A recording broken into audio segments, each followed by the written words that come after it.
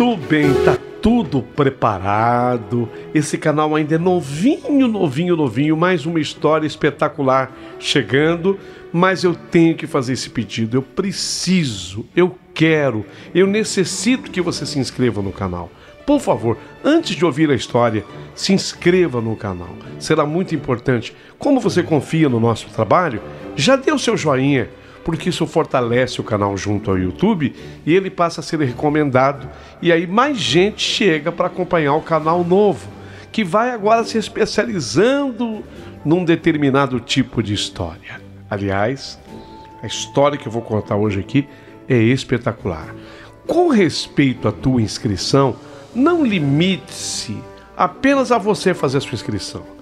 Avisa todo mundo, a vizinha da esquerda, da direita, da frente, dos fundos, aquele ente querido, aquela tua prima, a cunhada, a sogra, a tia, a mãe, a filha, a amiga, aquela moça que vai na tua casa e que carinhosamente você dá o nome a ela de a minha diarista. Fala com ela, fala com todo mundo, fala com as pessoas que te cercam.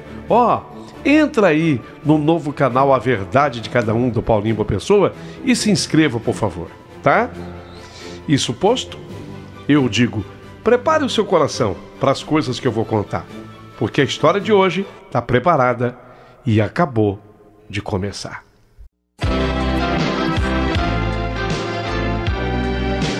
Rádio Emoção, Paulinho Boa Pessoa. A Verdade de Cada Um.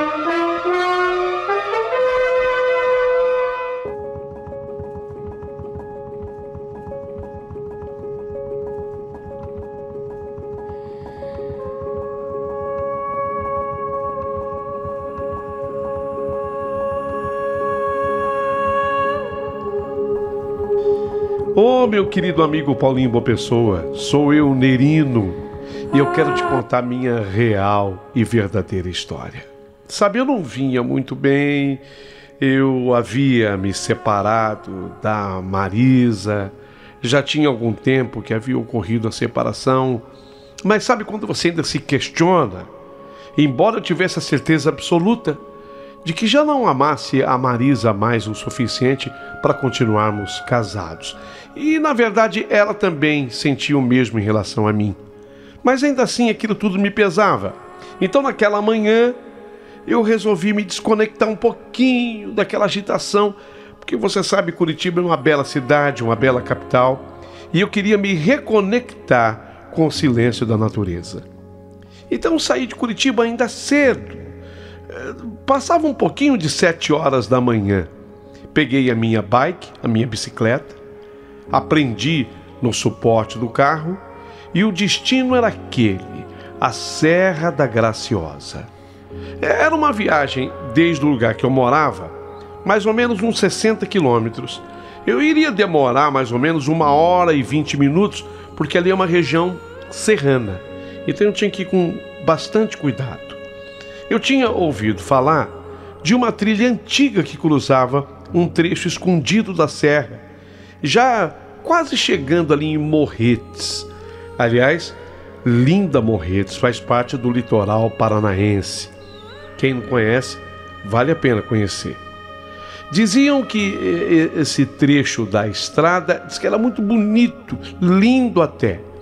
Era um trecho fechado assim de mata atlântica, com riachos límpidos e pedras cobertas de musgo, mas também muito pouco sinalizada e por isso mesmo pouco explorada. Um paraíso para quem, como eu, gosto de aventura solitária.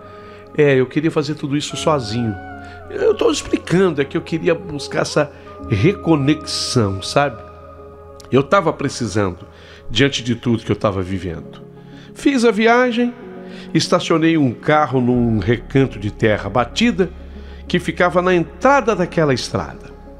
Retirei a magrela do bagageiro, do suporte, ajeitei os pedais, arrumei o capacete, respirei fundo e aí eu comecei a pedalar. No início, tudo parecia assim a mais perfeita harmonia. O ar fresco da manhã, era quase perfumado, as árvores altas formavam túneis de sombra fresca e os sons daquela serra. Pássaros, como eu adoro ouvir os pássaros e vê-los, porque tem pássaros que são lindos. E ali tinha pássaros bem coloridos, miúdos, graúdos, as folhas que caíam, os insetos que cruzavam o meu caminho, uns até assustavam pelo tamanho. A trilha criava ali um ambiente muito gostoso, confortável. E até a trilha sonora, eu não estou falando só da trilha por onde ia a minha magrela, a minha bike, mas a trilha sonora reconfortante. Eu pedalava com calma, sentindo a leveza de estar longe da correria do mundo. Era o que eu precisava, era o que eu buscava. Era como se naquela serra ali eu fosse acolhido, era como se ela me abraçava, e abraçava mesmo. Mas com o tempo, a trilha começou a mudar. A mata foi ficando mais densa, a luz do sol, antes vibrante, passava a filtrar-se em feixes tímidos entre as copas das árvores. A temperatura caiu levemente, você sabe, né? Que é uma tendência do Paraná, essa mudança brusca de temperatura, a cair, né? A temperatura. E o que mais me chamou a atenção, o silêncio. De repente, um silêncio assim total. Até aqueles grilos, até aqueles pássaros, eles pareciam ter silenciado. Não era aquele silêncio assim natural, cheio de vida mais. Era um silêncio denso, abafado, como se a floresta segurasse a respiração. As trilhas começaram a se dividir como veias em um corpo desconhecido. Esquerda, direita, diagonal, todas pareciam iguais. E eu, teimoso como eu sou capricorniano, Paulinho. Eu sou capricorniano. Eu sou bem teimoso mesmo. Quando eu cismo com uma coisa, eu finjo até concordar com a outra pessoa, mas eu acabo fazendo o que eu quero. Então eu, capricorniano teimoso, eu resolvi seguir em frente. Confiei no meu instinto. Achei que a minha experiência bastava. Mas logo eu percebi que eu estava perdido, e aí eu fiz como todo capricorniano faz. Parei a bike, tirei assim o capacete, cocei a cabeça e fiz, meu Deus, porque todo capricorniano é bom de lamento.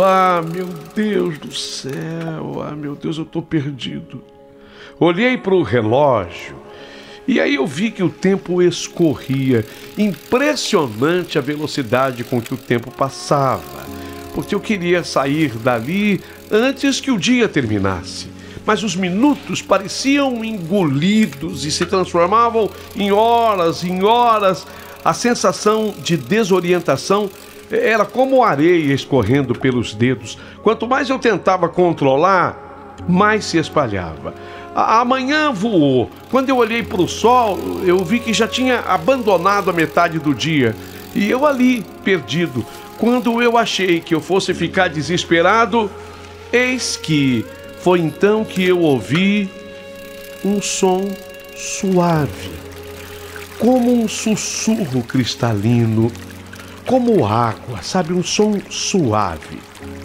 Eu guiei a bicicleta em direção ao som e logo eu encontrei um pequeno riacho de águas claras, cristalinas. Eu desci da bike, ajoelhei à margem daquele riacho e mergulhei as minhas mãos ali. Aquela água gelada trouxe de volta uma centelha de lucidez. Eu me lavei, lavei o rosto, bebi um pouco e ali mesmo eu decidi, eu vou seguir esse riacho. Eu vou seguir esse riacho, ele vai me levar a algum lugar. Talvez um deságue, talvez uma estrada, talvez a minha salvação. Essa água vai dar em algum lugar. Então eu fui, a partir daí, pedalando ao lado, às margens daquele riacho, como quem confia em um velho amigo. E aos poucos, eu fui percebendo um ritmo escondido na floresta. A luz do fim de tarde já começava a dançar entre os galhos e o som da água parecia me guiar como uma bússola invisível. Quando o céu se tingia já em tons de violeta e as primeiras estrelas começavam a piscar no alto da serra, eu avistei uma trilha, mas era uma trilha conhecida. Eu reconhecia o traçado daquele lugar, o jeito como as pedras se alinhavam. Eu entrei naquela trilha com um alívio no peito. E o pior, eu pensei, havia passado. Eu tinha certeza que o pior havia passado já. Mas eu me enganei. Sim, eu me enganei, na verdade, era ali que tudo começava. Porque logo na entrada da trilha, à beira do caminho, estava ela. Quem? Uma cruz.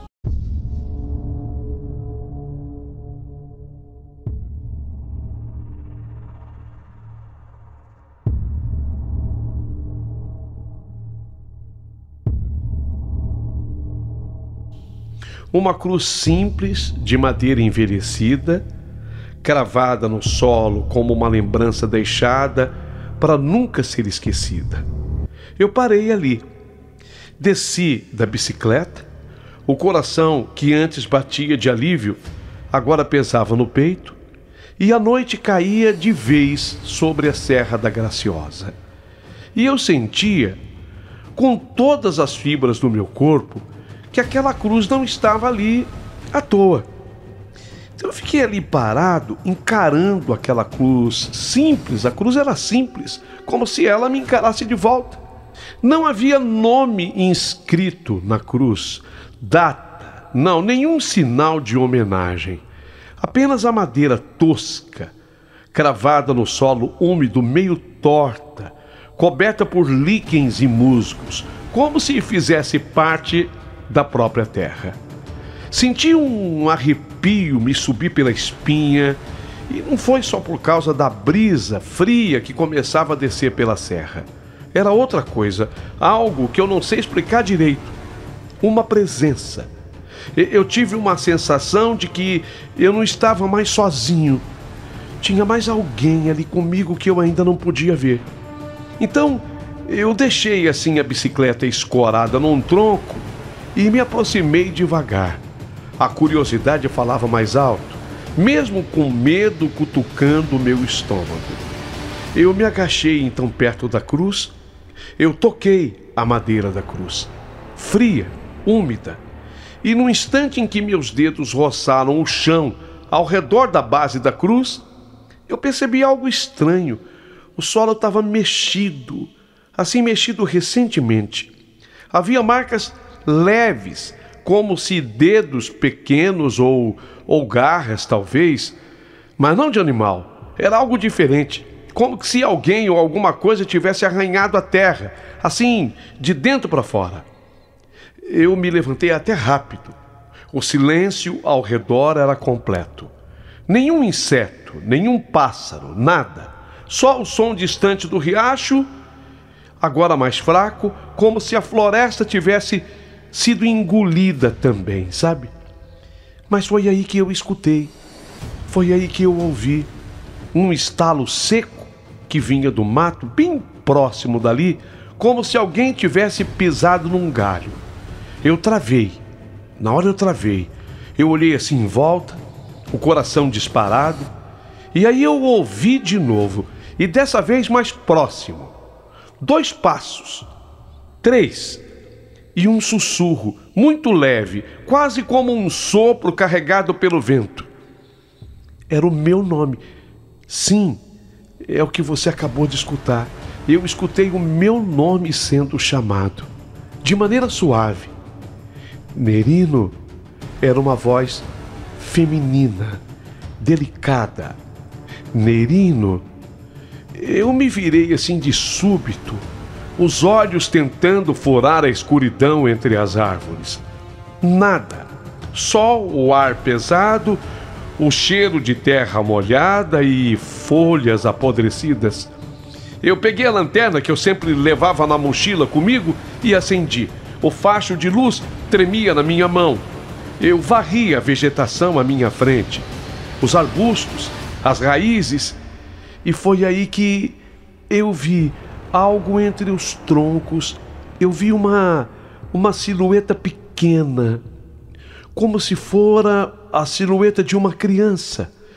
E eu fiquei sem ar por um instante. Eu tentei puxar o ar que não vinha. Eu pisquei.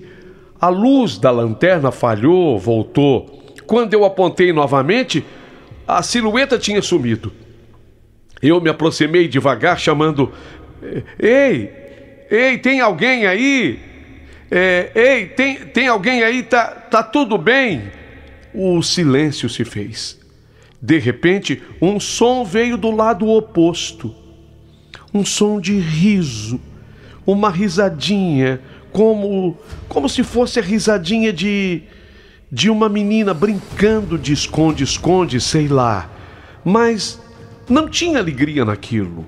Era um som oco, estranho, deslocado, como uma fita velha tocando algo que já deveria estar esquecido. Eu voltei correndo para a bicicleta, mas antes de eu montar nela, senti de novo aquela sensação no ar, densa como a eletricidade, e um frio nos meus pés, mesmo eu usando meias e tênis, como se o chão estivesse congelado sob os meus pés. Eu olhei para a cruz uma última vez antes de me afastar, e eu juro por tudo que há de mais sagrado, a cruz agora estava diferente. Sim, a cruz estava diferente. Tinha até uma fita branca amarrada em volta, como aquelas que colocam em velórios. Mas ela não estava ali antes. Apareceu agora. Bem, aí eu montei na bike e pedalei dali para longe com urgência que não tentei nem racionalizar. Sim, mas aquela trilha eu conhecia.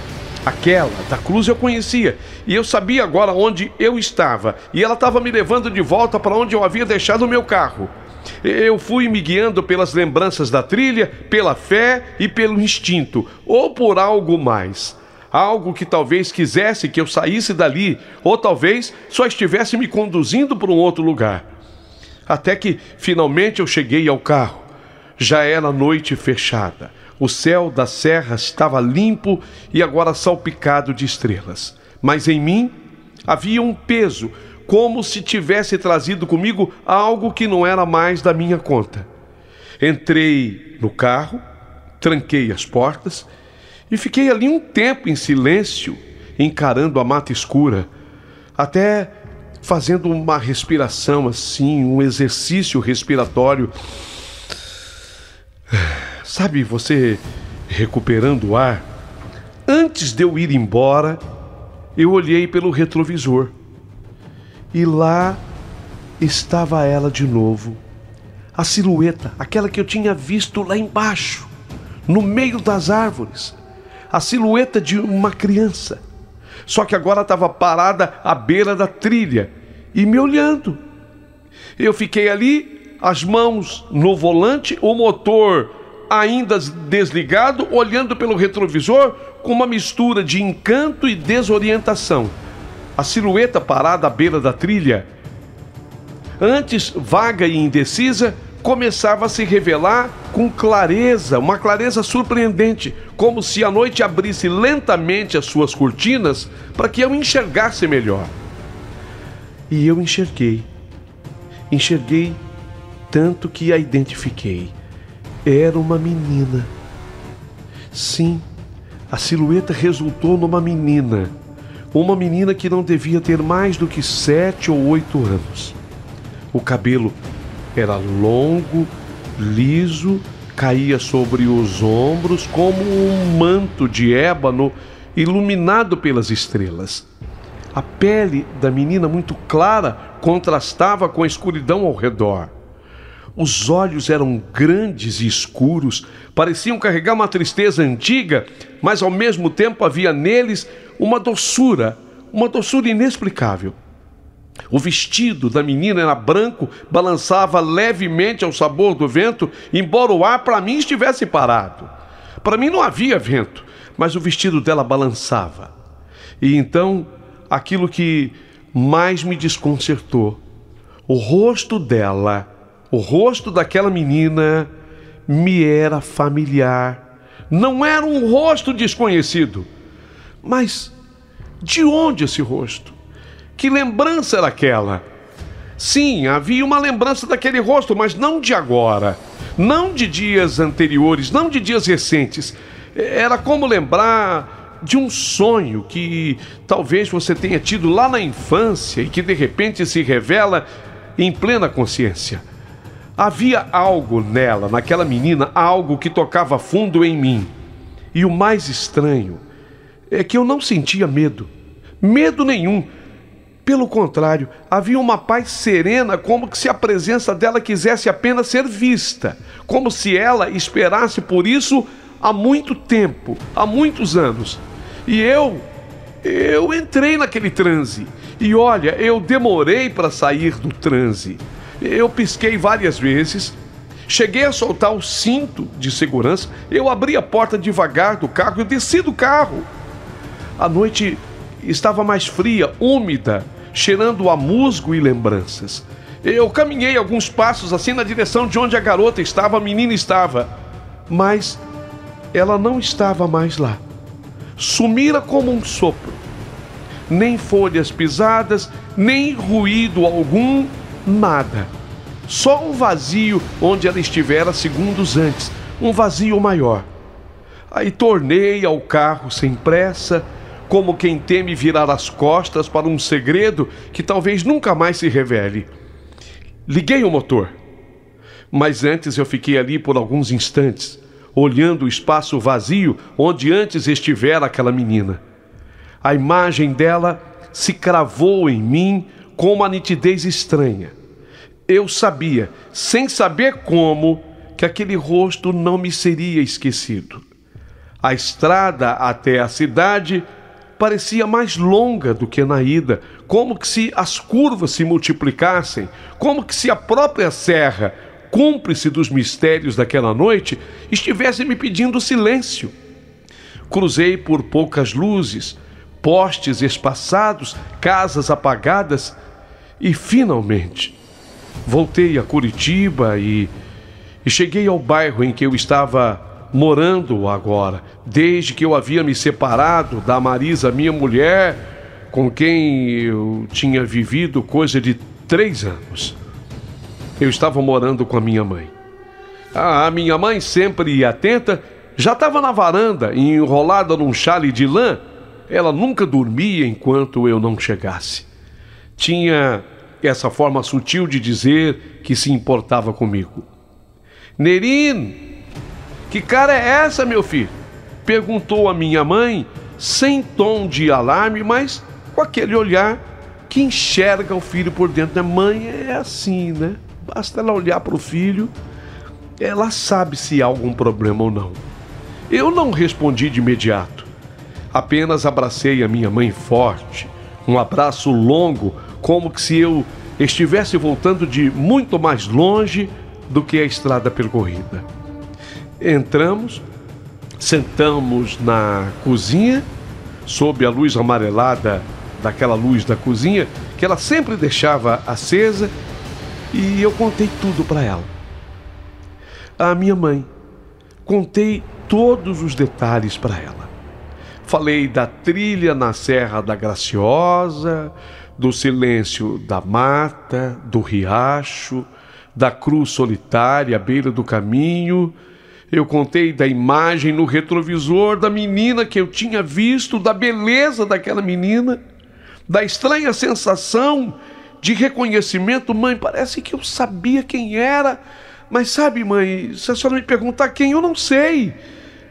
Mas o rosto me era familiar. E, de repente, eu olhava para aquela menina e eu não sabia quem era. A minha mãe me escutou sem interromper. Aliás, outra qualidade da mamãe, ela sabe ser ouvinte.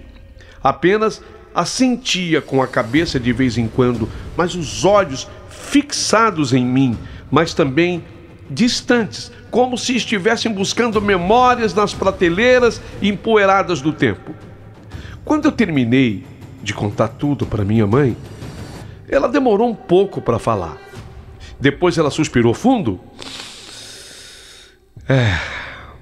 Como quem finalmente encontra a chave de uma porta antiga.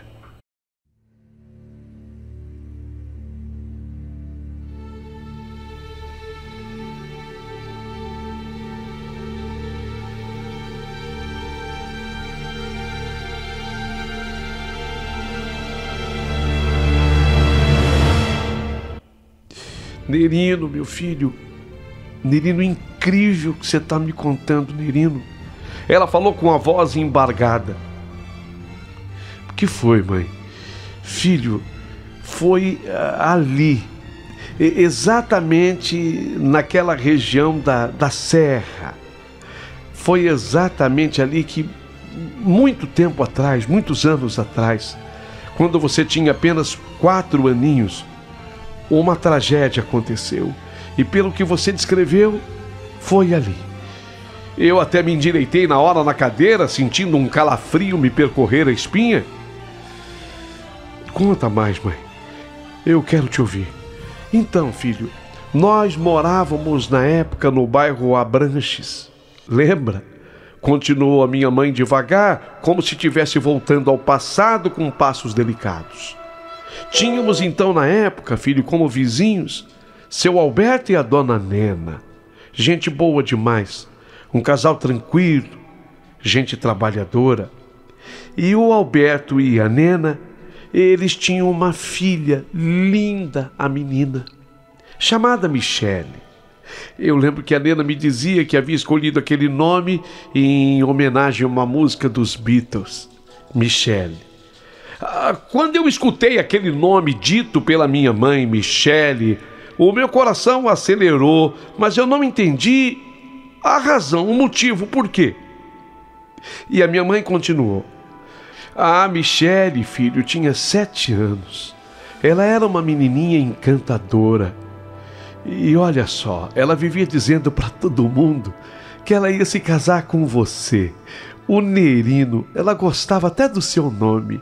O Nerino é meu noivo, ela dizia rindo, exibindo aqueles dentinhos tortos e aquele jeitinho doce que a menina tinha. Ela te adorava, filho. E você vivia também grudado nela. Você tinha 4 anos e ela 7. A minha mãe fez uma pausa nessa hora. Olhou para a xícara de chá como se ela contivesse o resto da lembrança. E seguiu a minha mãe. Mas um dia, filho, os pais dela, o Alberto e a Nena, resolveram fazer a trilha pela serra, a Serra da Graciosa, essa mesmo que você esteve hoje. Eles iam passar lá um domingo, iam até um mirante lá, e levaram a Michele junto. E foi ali, Nerino, que tudo aconteceu. Um jipe que fazia a trilha, segundo eu soube, perdeu a direção numa curva fechada e atropelou a menina. Atropelou a coitadinha da Michele e ela morreu na hora. Foi uma tristeza que tomou conta da nossa rua inteira, o nosso bairro inteiro. Olha, eu acho que Curitiba inteira chorou. Os pais dela não suportaram e pouco tempo depois se mudaram de Curitiba. Foram embora daqui destruídos. Tem gente que diz que foi para São Paulo, o casal, ou sei lá, para o litoral de São Paulo, eu não sei ao certo. Eu só sei que uma cruz foi mesmo erguida lá no local do acidente. Quando a minha mãe falou assim, houve um silêncio. Eu estava com a respiração suspensa. Algo em mim queria negar tudo aquilo, mas a outra parte aceitava com uma estranha e profunda emoção. Nerino, Nerino, você chorou tanto, meu filho. Chorou como eu nunca vi você chorar. Você chorou demais, mas depois era como se a sua memória tivesse apagado tudo. Você nunca mais falou da Michele. Nunca mais. Nessa hora, eu me levantei da cadeira onde eu estava, fui até a janela da cozinha e olhei para o céu, assim, para o lado do quintal da casa. E então eu entendi por que aquele rosto me era tão familiar. Era o rosto da menina que me prometeu casamento quando eu tinha 4 anos. Ela dizia que ia se casar comigo, a Michele. E talvez ela tivesse mesmo voltado, de algum modo, por algum motivo que eu ainda não era capaz de compreender. Naquela noite, depois da revelação feita pela minha mãe, eu não consegui dizer mais nada. Eu apenas me levantei em silêncio, dei um beijo na testa da mamãe e fui para o meu quarto. Havia um peso novo sobre os meus ombros, mas não era exatamente um peso de tristeza, não. Era como se algo adormecido estivesse despertando dentro de mim. Como se eu estivesse reencontrando uma parte esquecida de mim mesmo. Fui para o banheiro e liguei o chuveiro. A água quente escorria pelas minhas costas, mas a minha mente já estava distante. E eu comecei a ter pequenos estalos de lembranças. Primeiro, confusos, como fragmentos de um sonho. E depois, como janelas se abrindo uma após outra. Veio a primeira imagem. Um quintal, um balanço feito de pneu pendurado numa árvore. Eu corria de um lado para outro, com uma menininha de cabelo cacheado, laço cor-de-rosa, riso leve como pluma. Era ela, Michele, a pequena Michele. A outra imagem, nós estávamos sentados na calçada em frente às nossas casas em Abranches. Ela fazia um desenho com giz de cera num pedaço de papel e desenhava uma igreja e 2 figuras de mãos dadas. A maior era ela. Ela colocou uma sainha, identificando a menina, era maior. O menor era eu. O menino, o Nerino. E aí ela escreveu, ou falou, eu não me lembro direito. Nerino, eu e você, a gente se casando. E ela falou isso com os olhos brilhando. Eu me vi então tão feliz naquele dia, sabe? Tão feliz. E ela disse ainda olhando para mim, você é meu noivinho, Nerino. Você é o meu noivinho. A água do chuveiro seguia caindo, mas agora se misturava às minhas lágrimas, porque eu chorei. Chorei como há muito tempo não fazia. Não era apenas tristeza, era saudade.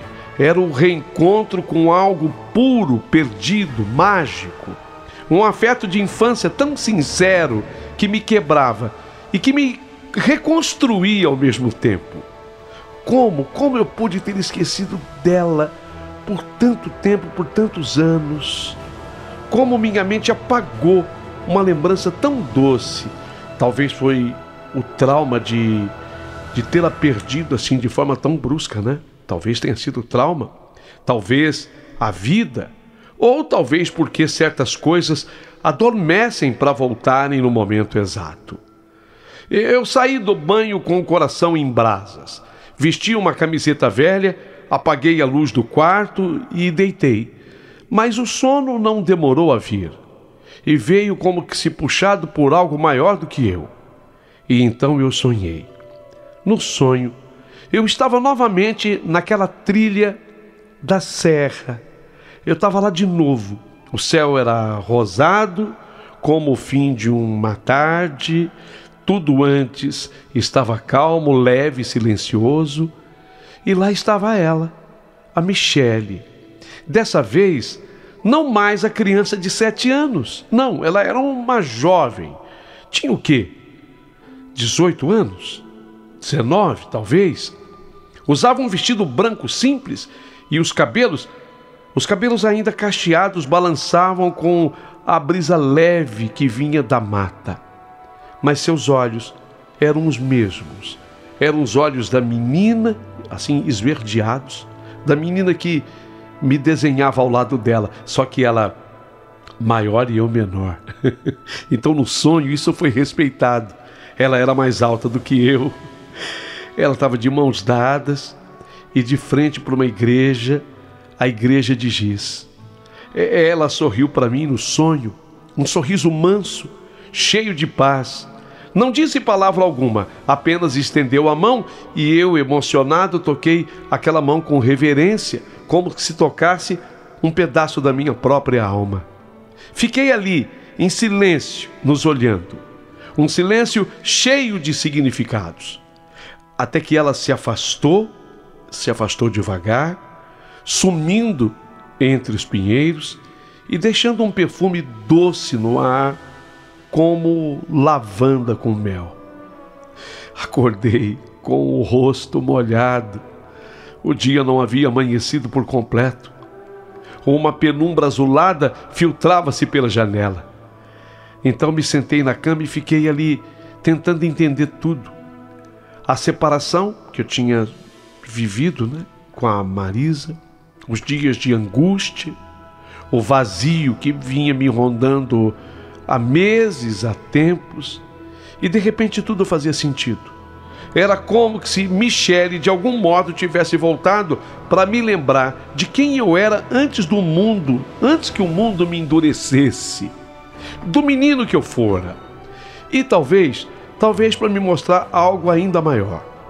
Ali no silêncio do quarto, senti uma presença não física, mas algo no ar, algo em mim. Mas eu não tive medo, só gratidão. E uma certeza, aquela história ainda não tinha terminado.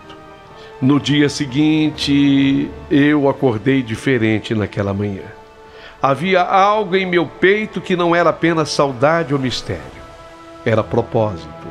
Sentia que nada do que eu vivera nos últimos dias havia sido em vão. Nem o erro do caminho, nem o encontro com a cruz, nem o rosto da menina no retrovisor e muito menos o sonho com a Michele. Aquilo tudo era um chamado, algo maior do que eu, algo além do meu entendimento. Era como se o próprio tempo tivesse se dobrado para que eu voltasse à origem de uma promessa esquecida. Então, logo após o café, me sentei novamente com a mamãe na varanda. Ela segurava um terço entre os dedos, como fazia todas as manhãs, desde que eu era pequeno. A minha mãe sempre foi uma mulher muito devota e de muita fé.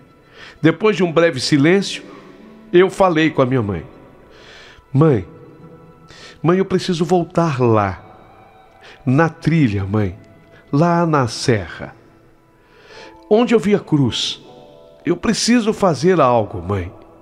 A minha mãe apenas assentiu com a cabeça, com aquela sabedoria silenciosa das mães que já viram tanta coisa. Mãe, me responda, a senhora ainda vai lá no Cristo Rei? Vou sim, filho, toda semana. Inclusive hoje tem a missa das 7. O padre Júlio vai celebrar. Ele é um homem bom, amigo nosso. Lembra dele, Nerino? Eu sorri. Eu me lembrava assim. O padre Júlio, dito pela minha mãe, era um padre baixinho de óculos e de voz suave. Eu tinha conhecido ele quando criança, durante as novenas de Natal. Então, eu resolvi acompanhar minha mãe naquela noite, para a felicidade dela. A mamãe tanto tentava me levar para uma missa, mas eu sempre me negava. E naquela noite foi espontâneo. Eu quis ir, fui com a minha mãe, até a igreja do Senhor Bom Jesus do Cabral, com a sua fachada antiga e suas janelas em arco, ficava não muito longe do bairro onde nós vivíamos agora. A missa foi simples, mas cheia de fervor. Ao final, enquanto os fiéis se dispersavam, a minha mãe se aproximou do altar. Eu estava assim, do lado dela. Padre Júlio, a minha mãe chamou. Padre Júlio, por favor, esse aqui é meu filho, Nerino. E ele tem uma história para contar para o senhor. O senhor tem um tempinho, padre? O padre, com a gentileza que lhe era característica, ouviu então com atenção cada palavra que saiu dos meus lábios. Desde o caminho errado na serra, a cruz à beira da estrada, o rosto da menina no retrovisor, até o sonho que eu tivera. Quando eu terminei, havia um silêncio respeitoso entre nós. Disse o padre: meu filho, olha, isso tudo que eu escutei de você, Nerino, são os sinais, são dons. E há momentos em que as almas desejam ser lembradas, acolhidas. Se você me permitir, Nerino, nós podemos celebrar uma missa ali junto a essa cruz. Você saberia voltar lá? Lógico, padre, que sei. Aliás, a trilha da cruz eu até que conheço. Eu queria celebrar uma missa lá com você. Uma missa de lembrança, de paz e quem sabe também de recomeço. Os meus olhos se encheram de lágrimas, porque era exatamente o que eu buscava no padre. E essa solução veio assim, do nada, quer dizer, do nada. Talvez tenha vindo do tudo.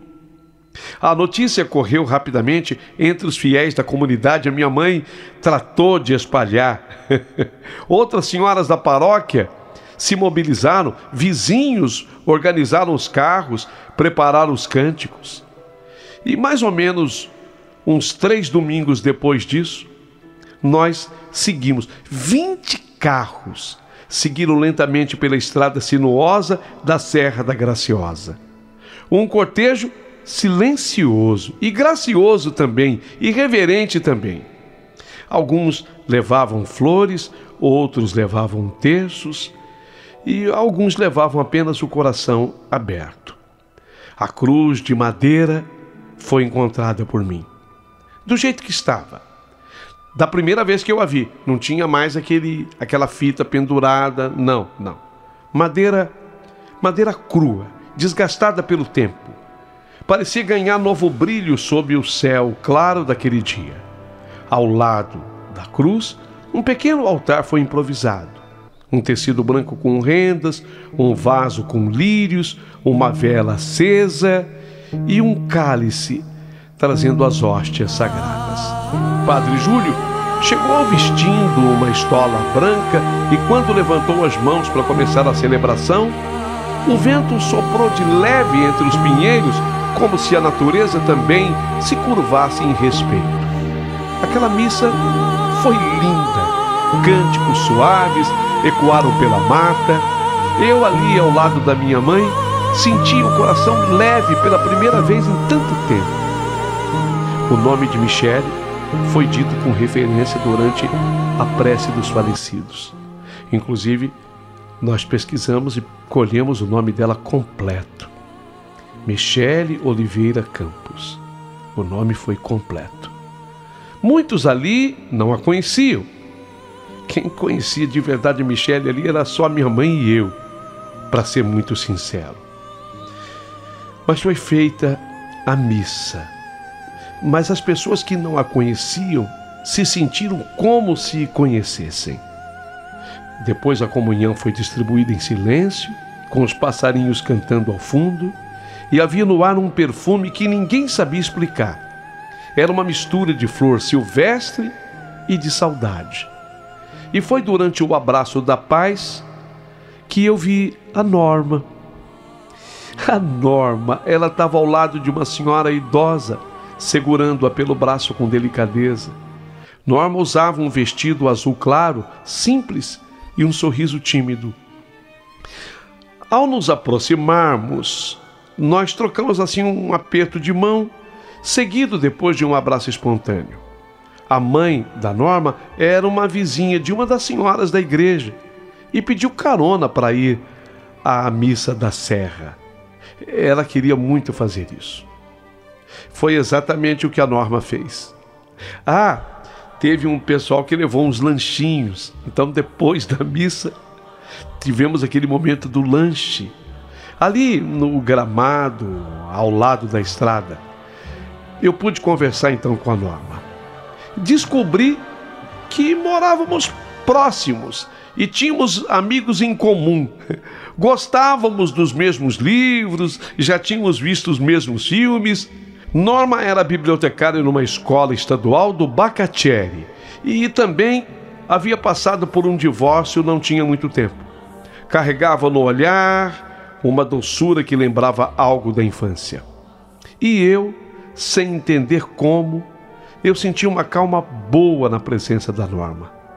E naquela mesma semana, saímos para tomar um café, depois fomos caminhar num parque famoso de Curitiba, e aos poucos, e sem pressa, construímos uma amizade forte, limpa, como a água do riacho que eu havia encontrado na serra naquela tarde perdida. E dessa amizade entre mim e Norma, nasceu um carinho sincero, que logo virou afeto, sem que percebêssemos. E antes que percebêssemos ainda, se transformou em amor. E Michele? A Michele continuava ali presente em cada gesto de ternura, em cada escolha feita com o coração, em cada lembrança que virava oração. Eu nunca mais duvidei que os caminhos errados às vezes são apenas atalhos guiados por mãos invisíveis. E todas as vezes que eu passava por aquela cruz, agora restaurada, com flores sempre frescas, deixadas por alguém anônimo, eu sorria em silêncio e eu agradecia. Meu amigo Paulinho Boa Pessoa, já se passaram 4 anos desde aquele dia na serra. 4 outonos, 4 primaveras. O tempo, com suas mãos leves e firmes, costurou as cicatrizes que eu carregava no peito. E hoje escrevo estas palavras com um coração sereno e cheio de gratidão por tudo que eu vivi. Inclusive pelas dores, pelo silêncio, pelos caminhos tortos que no fim me levaram exatamente ao lugar certo. Norma entrou na minha vida como entra a luz pela fresta, sem pressa, sem ruído, mas com uma delicadeza que muda tudo. A primeira vez que a vi ao lado da cruz, segurando a mãe com doçura, eu soube. Não com a mente, mas eu soube com o corpo, com a alma. Era como reconhecer alguém que a gente não sabia que estava esperando. Desde então, caminhamos lado a lado. Dividimos os domingos, as louças, os livros, as chuvas. Dividimos a vida. E agora, pela graça divina, que rege os encontros inexplicáveis, esperamos uma filha, Paulinho. Maravilhoso isso. Sim, eu vou ser pai. Aos 43 anos de idade, a vida decidiu me dar um novo começo. E quando o médico sorriu e nos disse que era uma menina, a Norma segurou a minha mão com força. E eu a olhei com os olhos molhados, como um menino que reencontra algo precioso que havia perdido. E eu sussurrei: Michele. Vai ser Michele. O nome dela vai ser Michele. A Norma sorriu, não questionou, não pediu explicações, apenas assentiu com aquele gesto silencioso que só as mulheres sábias têm. Michele, será esse o nome da nossa filha. Não como uma sombra do passado, mas como uma homenagem viva a uma alma que cruzou a minha estrada quando eu era só um menino. Aquela garota de olhos doces, sorriso calado, que um dia eu amei em segredo e que por um sopro do destino partiu cedo demais. A menina do sonho, da lembrança, a menina da cruz. Hoje eu entendo e aceito que ela foi o meu anjo na estrada, a minha estrela guia naquele dia em que eu perdi para me reencontrar. Na verdade, eu me perdi para me encontrar depois. A Michele foi a minha primeira mulher no coração. E Norma, a mulher da minha vida no tempo real. Uma não anulou a outra. São 2 amores que se respeitam, se entendem e se completam. E quando a nossa filha nascer, eu vou contar essa história para ela, não como um drama, não como uma tristeza, mas como uma dessas lendas reais que moram nos ventos das serras, nos sussurros das árvores, nas orações das mães.